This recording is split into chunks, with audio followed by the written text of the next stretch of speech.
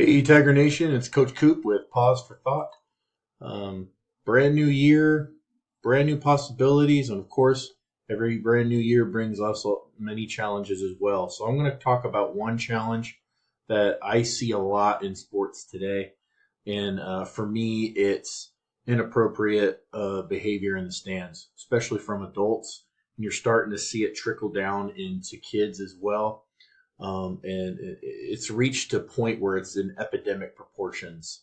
Over 2,000 ADs were actually surveyed last year, and almost 65% of them said that dealing with aggressive parents and adult fans was like the top of their list when it comes to what they don't like about their job, which is understandable. But I like to also point out that I've been a ref. I've been a high school basketball ref for a long time, and I can say that 80 to 85% of refs of every sport also incite that uh, they don't last very long because of aggressive behavior in the stands. So the average official lasts about 2 to 3 years. So there's an extreme shortage right now.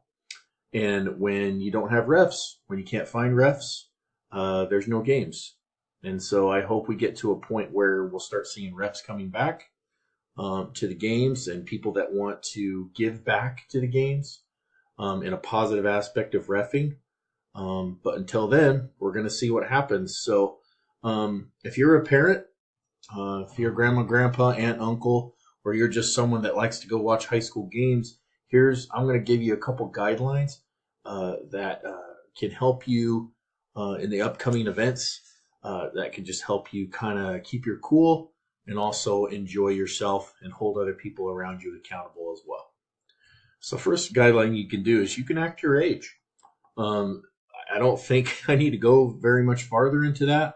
Um, you are an adult. Um, the way you act makes your family and school proud or it makes them embarrassed. And so you need to act your age. I'm 40, and uh, when I see a call I don't like, I do my absolute darndest to make sure I keep my comments to myself. Um, and so we need to act our age. We are the adult in the crowd, and remember, there's always little eyes watching you, and also your child that's on the court or on the field is also watching you in the stands as well. So try to be positive and support your kid by acting your own age. The second thing is don't live your vicariously life through your kids. Um, it's about your kids. It's not for you. And your family's reputation is not determined on how well your child plays on the field or on the basketball court. It's not really about you. It's about supporting our kids here. Um, and so I would also recommend that people in the stands, and I've seen this many times where people in the stands will point out their kid's fault when they do it. And so during the game, not even during a timeout or any other point in the game, they will literally call them out in the game. And this is something that can really damage a kid when it comes to fear of failure, psychology issues. I mean, all everything up on the board. So don't live something that you didn't get to live through your children, because in the end, it really is all about the kids. You are there to support the teams. Third thing is you got to let your kid talk to the coach, not you. When you do it for them, you're hurting their ability to uh, approach people about something that they don't agree with or something that they want to do. I mean, it's when you put yourself in front of your child when it comes to talking to a person of authority like a coach. You're telling your child that you will fix all their problems, and all they need to do is complain. And if I complain enough, I get my way.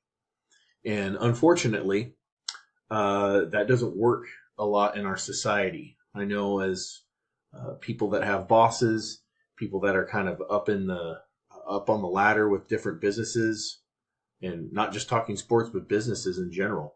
Um, that would be very bad if your kid is needing you to come to their job to talk to their boss.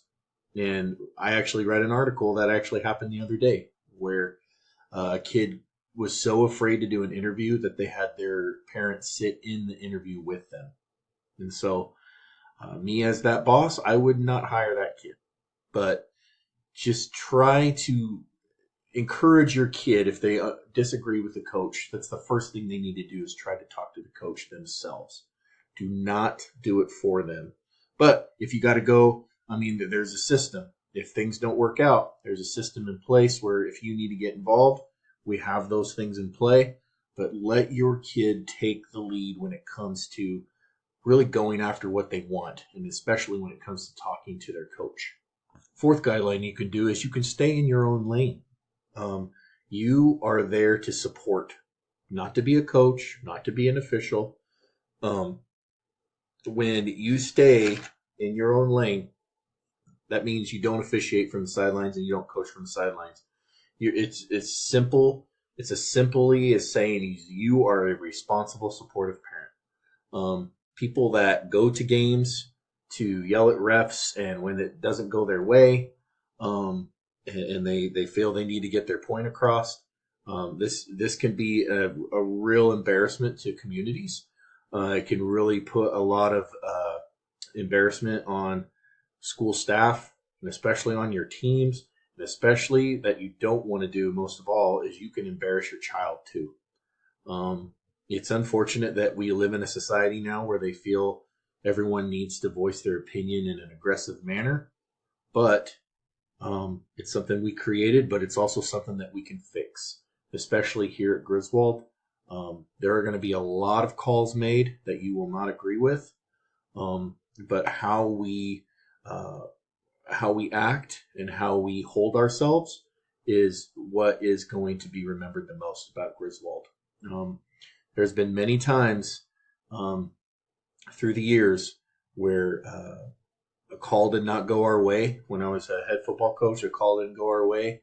And the way I acted as the leader, as the responsible person of the team, the way I acted was trickling down into my players and my coaching staff too. So you could be that person in the stands where everyone looks at, where if you hold your cool, everyone else will probably follow suit as well. So make sure you stay in your own lane, let the coaches coach, and let the officials officiate. You need to remember that participating in high school sports is not about gaining a scholarship to go play in college.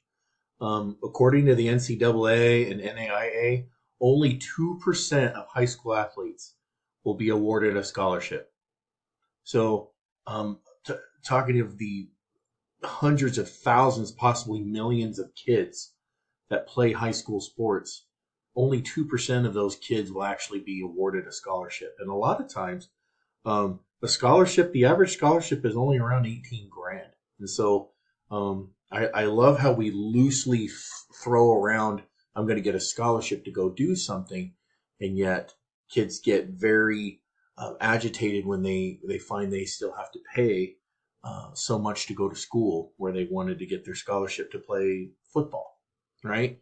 So it's the people that get the scholarships and the people that use an app and use a recruiting coordinator, and the people that use those things cost a lot more money in the end. And so a lot of times, with that being said, a lot of kids are participating in the sports because they love to play the game or they love the teamwork.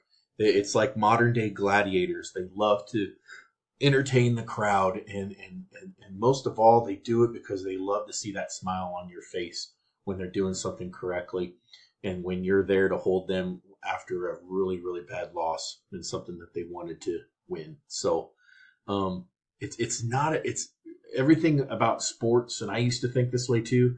Everything about sports is not about getting that kid a scholarship. A lot of it is providing them an opportunity to challenge themselves through competition and to go back to those skills of teaching our students how to be successful. And a lot of it is through problem solving and creativity and coordinating with others and teamwork, all these things we talk about. So don't be pushing so much, hey, my kid is going to get a scholarship and why isn't he on the field? A lot of it is, if you know your kid really well, a lot of kids just want to play and want to be with their friends and want to go things about that way. And the last guideline you can take away from this, if you've made it this far, is you want to make sure your children know that you love watching them compete or play the game. When you do not critique your child's performance in the car ride home or when they come through the door when they get home. So participating in high school sports is about developing of your character, learning and having fun, and it's not really about winning or losing. I mean, we put a lot of stress and importance about winning. Of course, when you get to the varsity level, when it comes to coaching and things like that, yes, we do want to win, but with me, it's more important of are they learning to have fun? Are they developing that character? Are they learning these good skills, these soft skills that they need when they get out of high school? Um, so purchasing a ticket doesn't mean that you get the right to be rude and disrespectful and verbally abusive. And you want to cheer loud and proud, but be responsible and be respectful. Because this is really dependent on you and it all starts with watching them compete. When you show up, when you've had a hard day at work and you really just want to go home and you want to put your feet up and you just want to just kind of go to your happy place, but when you take the time to come to watch your kid play, it does something for them. I mean, for me, I have vivid memories of watching my dad watch me play football, and many other kids have told me this as well, where they love to compete and they love it when they can look up in the stands and their parent is making eye-to-eye contact with them.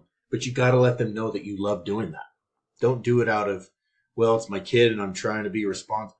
Just you let them know, hey, Johnny, Susie, whatever their name is. I just, man, I know it was a hard loss tonight, but man, I love to watch you dribble a ball. You're just an artist when it comes to stuff like that. And that just wonders for kids, especially now. Kids need to hear those kinds of things now. They're surrounded by such negativity that we need to be able to let kids know that they are supported here at Griswold. And so it all starts with you as the parent being responsible and being supportive and not being that person that's in the crowd raising their voice because, I have the right to be rude because I paid to get in here.